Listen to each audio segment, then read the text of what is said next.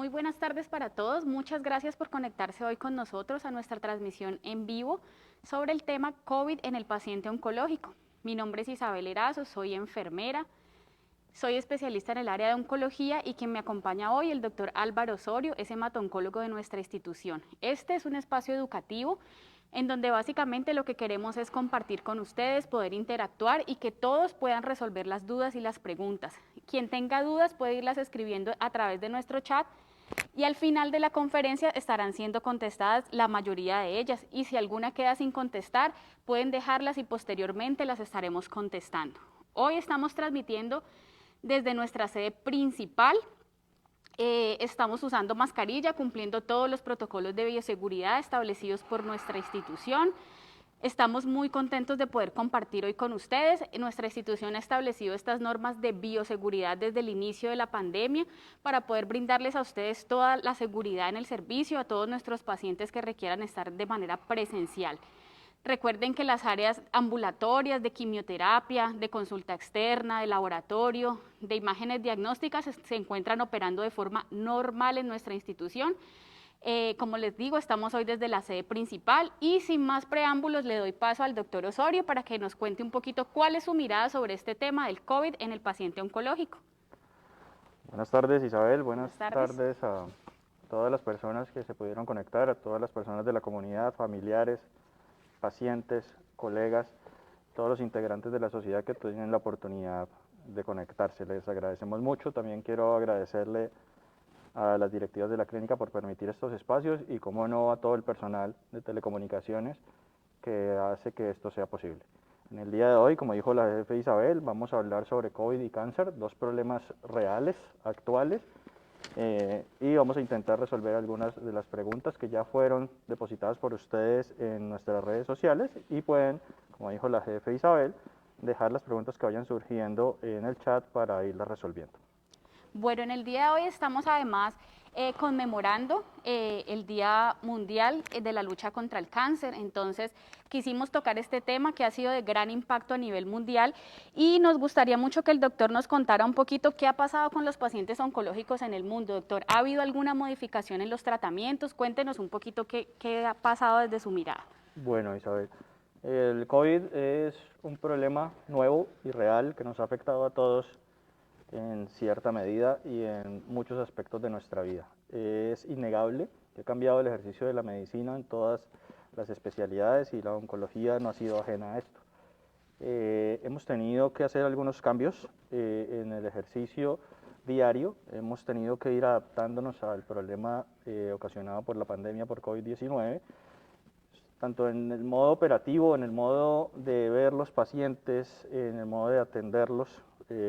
Destaco la disponibilidad de la teleconsulta que muy tempranamente en la pandemia se instauró en la Fundación Valle de Lili, nos permitió seguir en contacto con nuestros pacientes y seguir vigilando su enfermedad y sus tratamientos.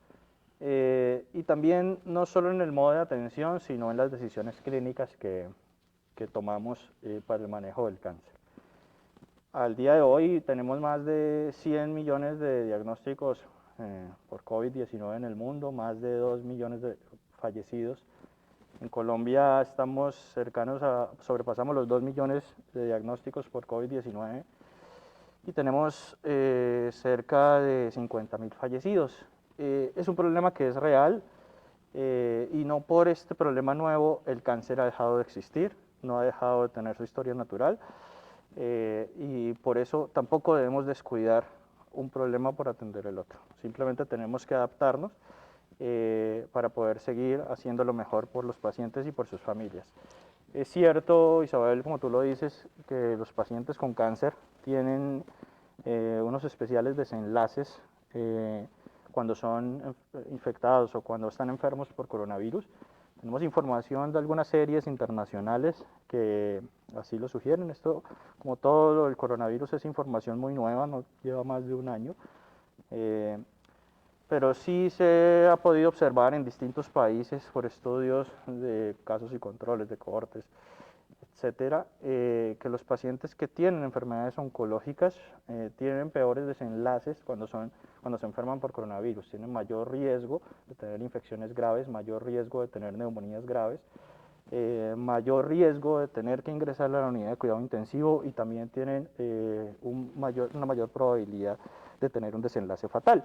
Es por eso que tenemos que tener especiales precauciones para intentar atacar la enfermedad oncológica, intentar impactar en la enfermedad oncológica, guardando todas las medidas de precaución para intentar evitar que nuestros pacientes se enfermen de coronavirus. Eso es un punto muy importante, doctor, y era nuestra pregunta a seguir. Claramente, por las consecuencias que traen los tratamientos oncológicos, nuestros pacientes quedan, digamos, más expuestos a la enfermedad y pueden quedar de pronto más vulnerables. ¿Deberían ellos tomar unas medidas especiales o con las medidas estándar que toma toda la población es suficiente? Bueno, como tú lo dices, ya lo había tocado previamente, los pacientes oncológicos tienen mayor riesgo de complicaciones por COVID. Es menos la información que hay sobre el riesgo de infección. Sí, sobre el riesgo de que cuando están infectados se compliquen, hay mayor información. Sobre todo dentro de los pacientes que tienen patologías oncológicas, esto es especialmente riesgoso. Aquellos que tienen una neoplasia hematológica, como son las leucemias, como son los linfomas, y los pacientes que tienen cáncer de pulmón. Son los que se ha visto dentro de las poblaciones oncológicas que mayor riesgo tienen de complicación.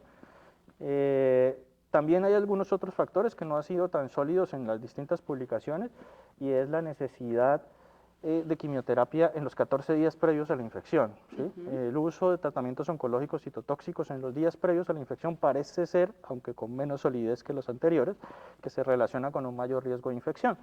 Respondiendo a tu pregunta, si debemos tomar medidas de precaución diferentes a las de la población general, pues a ver, las recomendaciones de los CDC, de la Organización Mundial de la Salud, no hacen una distinción entre pacientes oncológicos y pacientes no oncológicos en cuanto al uso de elementos de protección personal.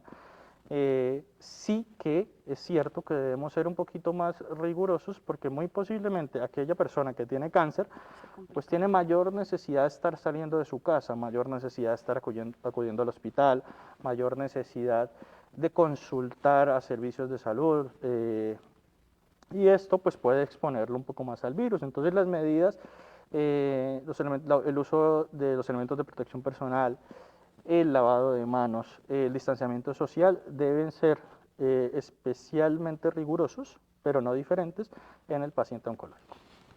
Doctor, eso es muy importante y eso nos invita un poquito a ver la importancia de la teleconsulta para evitar los desplazamientos del paciente, que la pueden utilizar en nuestra sede limonar y en nuestra sede principal también. Y otra cosa muy importante es la parte educativa que debemos brindarle a nuestros pacientes. Esto es muy importante porque nos va a ayudar a prevenir que el paciente acuda a urgencias de forma innecesaria y de pronto pueda hacer cosas que maneje en su casa y pueda evitar complicaciones o contagios por una salida innecesaria dentro de su tratamiento oncológico. Sí, estoy de acuerdo contigo. La teleconsulta es algo que no nos inventamos nosotros, pero sí que fuimos pioneros o empezamos a utilizarla de una manera muy temprana cuando empezó este problema de la pandemia. Eso hizo que nuestros pacientes que acudieron a este tipo de servicio no tuvieran tantas dilataciones y tantas demoras en el tratamiento de su enfermedad oncológica. Y por eso queremos utilizar este espacio pues, para decirle a nuestros pacientes y a nuestros familiares que el servicio de teleconsulta está activo para las distintas especialidades que atendemos cáncer y que con la seguridad de estar desde su casa pues pueden recibir la atención especializada que la Fundación Valle de Lili ofrece. Muchas gracias, doctor. Cuéntenos un poquito sobre el paciente que está en un tratamiento activo y es diagnosticado. Tratamiento activo me refiero que está recibiendo tratamiento de forma periódica, tratamiento con quimioterapia, con radioterapia. ¿Cuánto tiempo sería lo prudente que este paciente suspendiera su tratamiento oncológico para volver nuevamente a retomarlo posterior a un diagnóstico de COVID? Bueno, pues el paciente oncológico que está recibiendo un tratamiento activo, como los que tú mencionas, quimioterapia, inmunoterapia, inhibidores de tirosina quinasa, radioterapia, que es diagnosticado con COVID, pues como ya dije, tiene un mayor riesgo de complicaciones y eso debe saberlo el paciente, debe saberlo la comunidad para que se vigilen estos signos de alarma. No todos los pacientes requieren hospitalización durante esta pandemia que ya, como dije previamente, lleva casi que un año. hemos tenido la oportunidad de ver pacientes oncológicos que han ido asintomáticos, pacientes oncológicos que se infectan de COVID y han requerido hospitalización, UCI, todos los escenarios posibles. Pero dado que sí es mayor el riesgo de infecciones graves, pues los signos de alarma y las precauciones por parte de la familia para consultar tempranamente deben estar pues muy en la cabeza de todos. Respecto a la pregunta puntual que me hace sobre la suspensión de los tratamientos oncológicos, pues es muy variable, Isabel. La verdad es que no hay un consenso, no hay unas recomendaciones que yo pueda dar en este escenario una fórmula mágica para decir que tantos días después del inicio de los síntomas podemos reiniciar la quimio, podemos reiniciar la radioterapia. La recomendación siempre es consultar con el médico tratante, ¿sí? Pero sí que podemos dar unas pautas generales, ¿sí? Y producto de recomendaciones de expertos y de sociedades científicas, casi que lo que más se recomienda en la literatura es esperar hasta que el paciente depure los síntomas, que ya no tenga síntomas por COVID-19 para reiniciar los tratamientos oncológicos. Otras guías, otros expertos recomiendan esperar 14 días después del diagnóstico para reiniciar los tratamientos, pero esto, como les dije previamente, es muy variable y la recomendación siempre es consultar con el oncólogo, con el hematólogo tratante, con el médico que le está tratando el COVID, con el infectólogo, para definir el reinicio del tratamiento. Además, porque como usted lo dice, doctor, es algo muy individualizado, ¿cierto? No podemos ver a todos los pacientes iguales, ya que todos los tratamientos oncológicos son diferentes y todos los pacientes son distintos. Así tengamos dos pacientes con las dos quimioterapias iguales, el paciente va a reaccionar de forma distinta. Así que para tomar una decisión es muy importante que sea una mirada muy individualizada hacia el paciente. Tenemos una pregunta muy importante, doctor, que está muy de moda en este momento y la están haciendo en las redes sociales. Nos pregunta Jenny Morales: ahora con la vacunación contra el COVID-19, ¿el paciente oncológico podrá vacunarse? ¿Qué pasará con esta población, doctor? Pues no solo podrá vacunarse, sino que debe ser una prioridad, ¿de acuerdo? Es claro que los pacientes oncológicos con tratamientos activos no fueron incluidos dentro de los estudios que dieron el aval para las vacunas que actualmente tenemos disponibles y aprobadas por los entes regulatorios. Pero sí, también es claro y suficiente las recomendaciones por parte de sociedades científicas como son ASCO, que es la Sociedad Americana de Oncología Médica, como lo es ESMO, que es la Sociedad Europea de Oncología Médica. Hay un panel de expertos también de CDC. También hay unas recomendaciones de NCCN, que son unas guías que todos los que manejamos cáncer conocemos y utilizamos a diario, que apoyan la idea que la vacunación es segura para los pacientes oncológicos en general y que incluso sugieren que se debe priorizar este tipo de población. Es claro que en el plan de vacunación que ha ejecutado el Ministerio de Salud, que ha ejecutado el Gobierno Nacional, que es muy similar a lo que se está haciendo en otros países, se está priorizando aquellas poblaciones que tienen un mayor riesgo de complicarse por infectarse por COVID-19 o que tiene una mayor exposición. Por eso nosotros los trabajadores de la salud estamos priorizados, porque tenemos una mayor exposición al virus. Pues ya hablamos que los pacientes con cáncer tienen un riesgo mayor de complicaciones. Entonces esta población debe ser priorizada dentro de la vacunación por COVID-19. Actualmente así es en el plan de vacunación que, como ya dije, está propuesto y que va a ser ejecutado por el Ministerio de Salud. Los pacientes con alto riesgo, precisamente por sus comorbilidades, dentro de las cuales se encuentra el cáncer, deben recibir la vacuna dentro de los primeros meses del plan nacional. Una cosa que quiero resaltar es que las vacunas que se están utilizando, que se han diseñado contra el COVID, para prevenir el COVID-19, son vacunas que en general, por su mecanismo de acción, han escuchado, me imagino que en noticias o han tenido la oportunidad de leer, que son vacunas ARN mensajero en su mayoría, no todas. Esto hace que no haya dentro de la vacuna una partícula que tenga la capacidad de enfermar a la persona que lo recibe, de infectar a la persona que lo recibe. Y eso hace que los pacientes que de pronto tengan su sistema inmunológico un poquito deprimido por los tratamientos oncológicos, pues puedan recibir la vacuna con seguridad de que no van a ser infectados por COVID-19 por la vacuna. De hecho,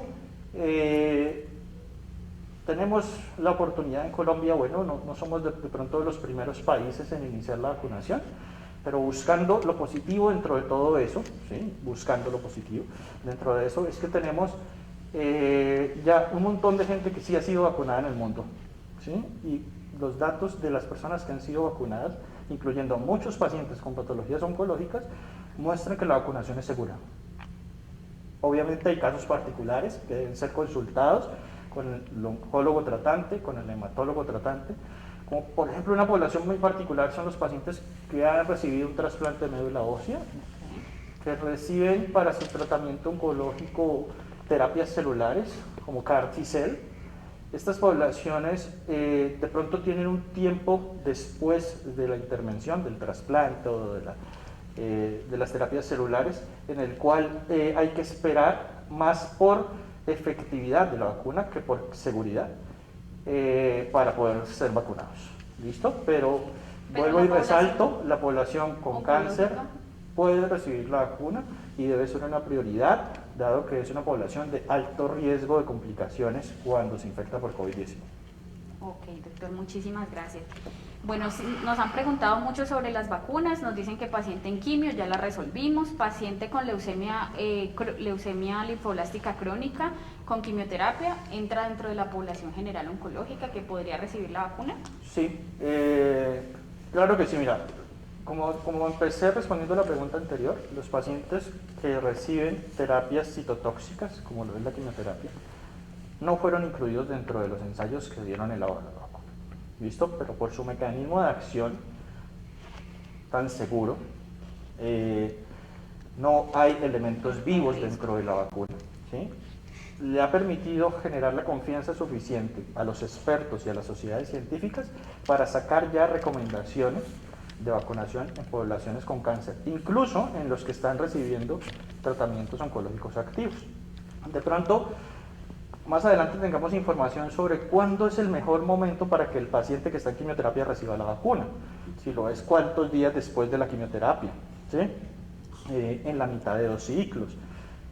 Muy posiblemente en los pacientes que estén recibiendo quimioterapia citotóxica, mieloablativa, es decir, que se bajan mucho las defensas, haya que esperar a que estas estén nuevamente normales para vacunarlos, o eso es lo que se sugiere, por lo menos por ahora, por la NCCN. Pero no hay contraindicación para que los pacientes con estos tratamientos que me preguntas reciban la vacuna para COVID-19. Muchas gracias, doctor. Bueno, hemos estado respondiendo muchas dudas de nuestros usuarios que se encuentran conectados en las redes sociales. Quisiera preguntarle algo, doctor, que nos han preguntado mucho en la sala de quimioterapia nuestros pacientes de la Fundación Valle del Lili. Los tratamientos oncológicos, específicamente la quimioterapia, tiene unos síntomas posterior a la aplicación, los días siguientes, que son muy variables de paciente a paciente. Pueden ser náuseas, vómito, puede ser malestar general, algo de fatiga. Los pacientes preguntan, ¿cómo hago yo para saber si estoy sufriendo algún síntoma de COVID o es un efecto secundario de la quimioterapia? ¿Habrá algo que los pueda hacer pensar o diferenciar estos síntomas?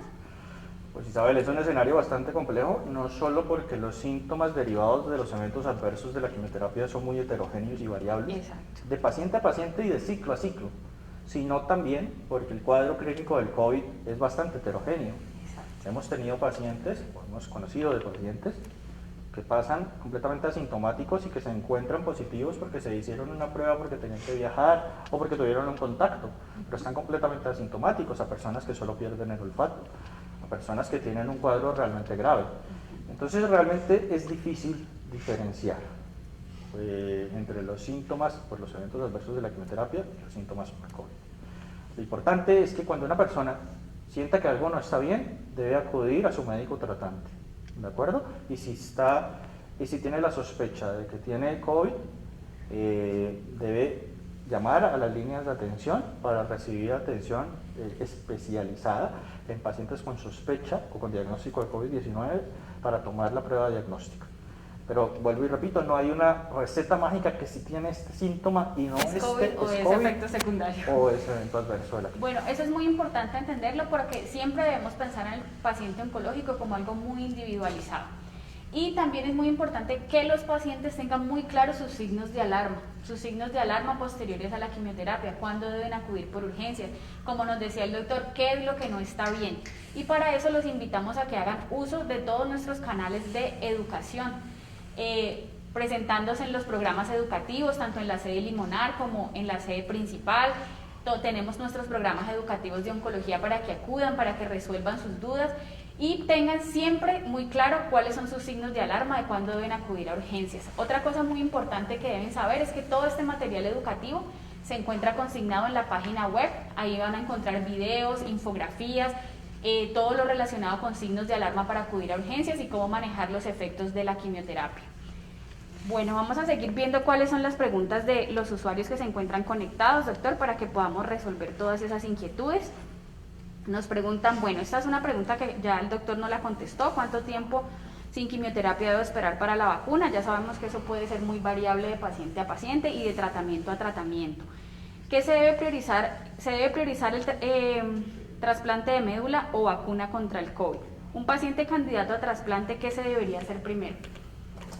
Pues vuelvo y repito que no hay una receta mágica, ¿de acuerdo? Hay que tener en cuenta, como siempre en medicina y como siempre en la vida, un riesgo y un beneficio de cada una de las decisiones que se van a tomar, ¿de acuerdo? Y al haber tantas variables en cada una de las partes de la balanza, lo que hay que hacer es consultar a su experto, consultar al médico tratante. En el caso de trasplante de médula ósea se debe consultar al hematólogo experto en trasplante de médula ósea, que los tenemos disponibles en la fundación, para que se tome la decisión en conjunto con infectología de cuándo es el periodo óptimo para realizar el trasplante y para recibir la vacunación. Como dije, esta es una población especial dentro de los pacientes con tumores, con neoplasias, con cáncer, en los cuales hay que tener un poquito más de variables en cuenta a la hora de tomar la decisión y posiblemente después del trasplante haya que esperar un tiempo más para decidir sobre la vacuna. Esa es la siguiente pregunta, pero como el doctor ya no lo ha repetido, no hay un tiempo exacto que se pueda decir el día de hoy. Eso variará de cómo resultó el trasplante, qué complicaciones hubo, cómo se encuentra el paciente posterior a él y sería el hemato-oncólogo experto en trasplante quien decida cuánto es el tiempo que va a esperar para poder aplicar la vacuna. Las recomendaciones actuales de NCCN dicen que hay que esperar más o menos 3 meses entre el trasplante y la vacunación por COVID-19, pero esto no es algo infalible, hay que consultarlo con los expertos, con el infectólogo y con el hematólogo tratante. Por el contrario, para los pacientes que tienen neoplasias sólidas, como lo es el cáncer de mama, como lo es el cáncer de pulmón, como lo es el cáncer de colon, estén o no estén en tratamiento activo, la recomendación de NCCN es vacunarse cuando la vacuna esté disponible. Hay muchos mitos alrededor de la vacuna, Isabel, y eso es una realidad. Y es una realidad no solo para Colombia. Hay encuestas que muestran que más o menos el 50-40% de la población colombiana piensa no vacunarse. Y en parte es por los mitos que hay alrededor de la vacuna contra el COVID-19. Y eso no es solo de la población colombiana, estas dudas están a nivel mundial y desde mi punto de vista son dudas que son hasta naturales, ¿de acuerdo? Porque nunca antes habíamos vivido una pandemia de este nivel y porque los datos históricos que tenemos de las pandemias previas nos muestran que para desarrollar una vacuna se demoraron años, ¿sí? Sí, así es. Se demoraron décadas, esta vez no sucedió, ¿de acuerdo? Y a la gente le puede parecer sospechoso que en menos de un año se haya desarrollado una vacuna, ¿de acuerdo? Pero es importante resaltar que si bien no es bueno estar ante una pandemia, estamos en el mejor momento de la humanidad para enfrentar una pandemia. Nunca antes habíamos tenido la tecnología y los canales de información que tenemos ahora, ¿de acuerdo?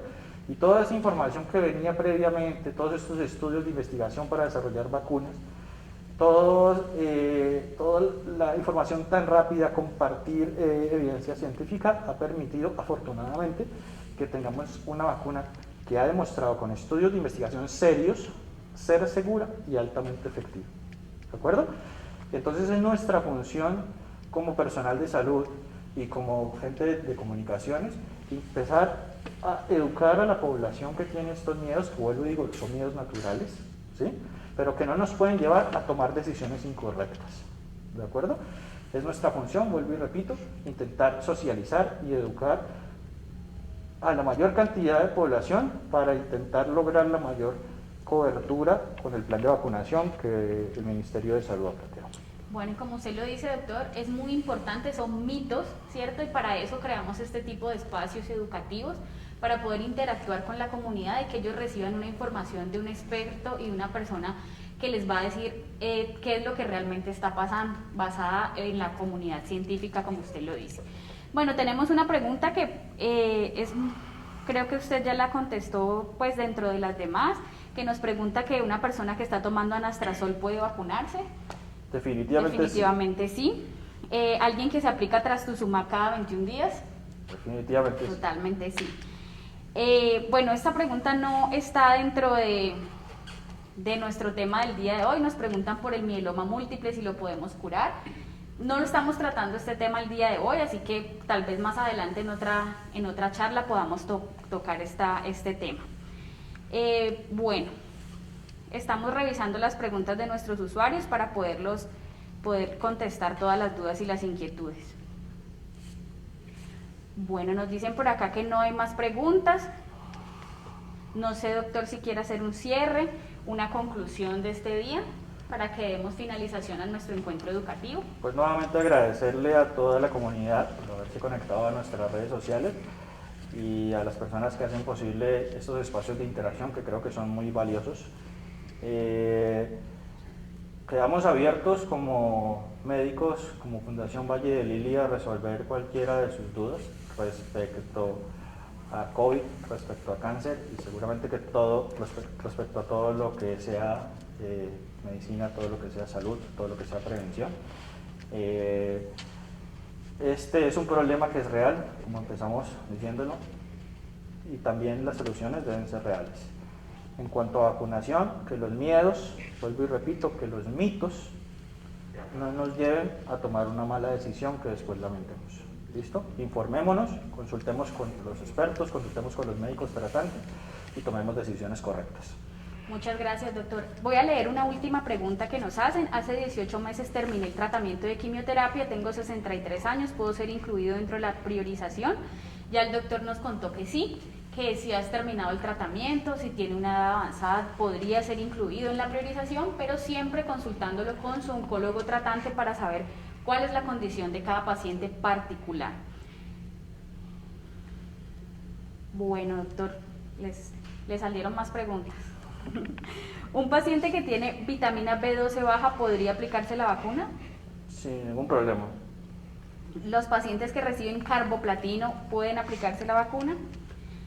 Recuerden que el carboplatino es una quimioterapia, así que dentro de lo que nos contestó el doctor, depende de cada paciente, depende de lo que opine su oncólogo y ya estará evaluando cuál será el mejor momento para aplicarla, pero es un paciente oncológico, en general sí podría acceder a la vacuna. Exactamente. Bueno. Damos finalización a nuestro encuentro educativo del día de hoy. Quiero agradecerles a todas las personas que se conectaron. Quiero recordarles que tenemos nuestros canales educativos de oncología, nuestros programas educativos presenciales en el área de quimioterapia, en la sede Limonar, para que por favor accedan a las enfermeras que estamos liderando estos programas y puedan resolver sus dudas, sus inquietudes.